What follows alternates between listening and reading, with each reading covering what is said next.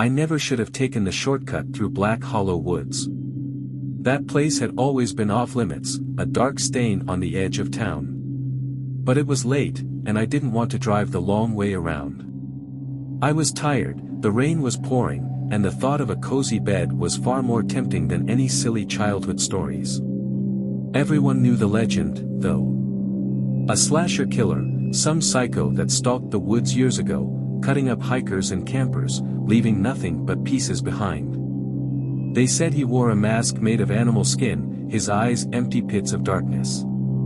The local cops never caught him, and eventually, the bodies stopped turning up. People liked to say he was dead.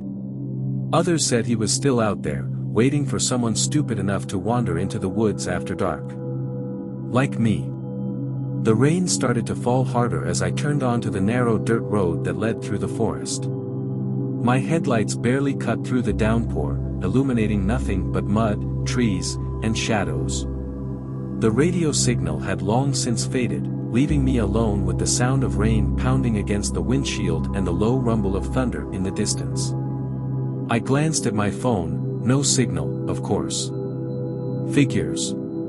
The deeper I drove, the darker the woods became. The trees seemed to close in, their branches hanging low, scraping against the sides of the car like fingers dragging across metal. I kept my eyes on the road, ignoring the growing unease gnawing at the back of my mind. It was just a road. Just a forest. Nothing more. Then I saw something. At first, it was just a flash in my peripheral vision, a shape darting between the trees.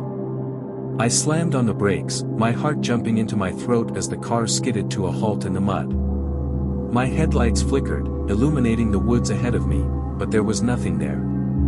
Just rain and shadows. I gripped the steering wheel tighter, my breath shallow as I stared into the darkness. "It's just an animal," I muttered, trying to calm myself. "Just a deer or something." But then the figure moved again. This time, it was closer, just beyond the reach of my headlights, standing in the middle of the road. It was a man. Or, at least, I thought it was. He was tall, impossibly tall, his frame gaunt and hunched. He wore some kind of mask, something crude and unnatural, like it had been stitched together from animal skins. In the dim light of my car, I could see the outline of a knife in his hand, long and glistening in the rain. I froze. The figure tilted its head, as if studying me, then took a slow, deliberate step toward the car. My heart slammed against my ribs, my pulse roaring in my ears. I fumbled for the gear shift, panic rising in my throat as I slammed the car into reverse. The tires spun in the mud, but the car barely moved. I hit the gas harder, the engine roaring, and the figure took another step forward. He raised the knife. With a scream, I floored the gas, the car finally lurching backward. The figure vanished into the darkness as I reversed down the road, my hands shaking on the wheel. I didn't care about the road anymore, I just needed to get the hell out of there. But then the car jolted, something heavy hitting the back with a sickening thud. I glanced in the rearview mirror, but saw nothing, just rain streaking down the glass. My heart pounded as I looked back over my shoulder. There, sprawled on the road behind the car, was a figure lying motionless in the mud. "Fuck," I whispered, my breath catching. I didn't want to stop. Every instinct screamed at me to keep going, to get the hell out of there. But what if I'd hit someone? What if they needed help? I killed the engine and opened the door, stepping out into the cold rain. The air was thick, heavy with the smell of wet earth and something metallic, like copper. My shoes sank into the mud as I made my way toward the figure, dread pooling in my stomach. "Hey!" I shouted over the rain, my voice shaking. "Are you okay?" No response. I took a few more steps, my heart hammering in my chest. The figure was lying face down in the mud, motionless. I reached out, hesitant, and grabbed their shoulder, rolling them over. It wasn't a person. Not anymore. The body was mangled, torn apart, its clothes soaked in blood.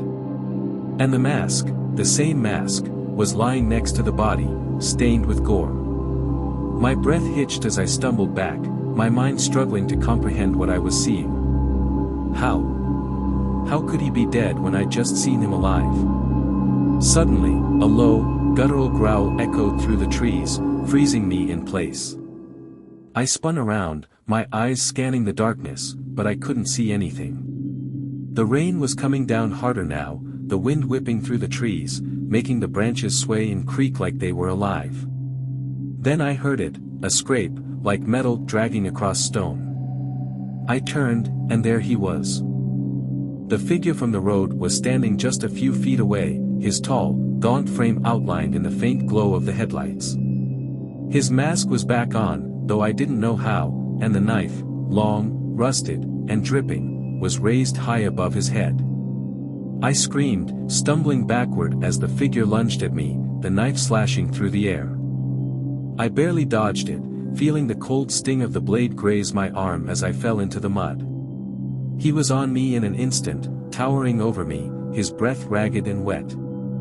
I scrambled to my feet, slipping in the mud as I backed away, my heart pounding so hard I thought it would burst from my chest. I ran. Branches whipped at my face, the ground uneven beneath my feet as I tore through the woods, not caring where I was going, just needing to get away.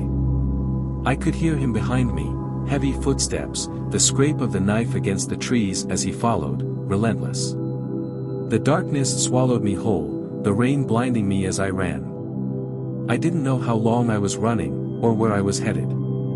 All I knew was that I had to keep going, had to keep moving, because if I stopped, I was dead. Suddenly, I broke through the trees, stumbling onto the road once again. My car was still there, headlights dim, the door hanging open. I sprinted toward it, slipping in the mud, my legs burning with exhaustion. I reached the car, slamming the door shut behind me. My hands were shaking so badly I could barely get the key into the ignition. But then the engine roared to life, and I floored it, the car lurching forward, tearing down the road. I didn't look back. It's been 3 days since I escaped Black Hollow Woods, and I still can't shake the feeling that he's watching me. Every time I close my eyes, I see him, standing at the edge of the woods, his mask glistening in the rain, waiting. Waiting for me to come back.